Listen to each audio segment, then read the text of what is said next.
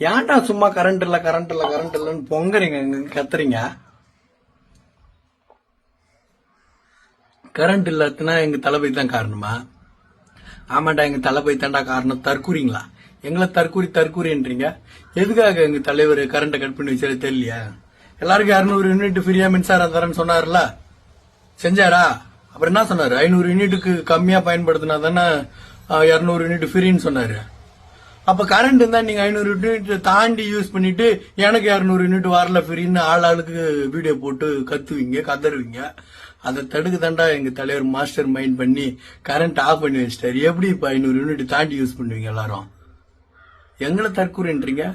இது மாதிரி அபரிவிதமான இன்னும் வளர்ச்சி திட்டங்களை எங்க தலைவர் தளபதி மண்டக்குள்ள வச்சிருக்காரு. வெயிட் பொறுத்து இருந்து பாருங்க. தற்கூறிங்களா? தற்கூறி வாயில வருது.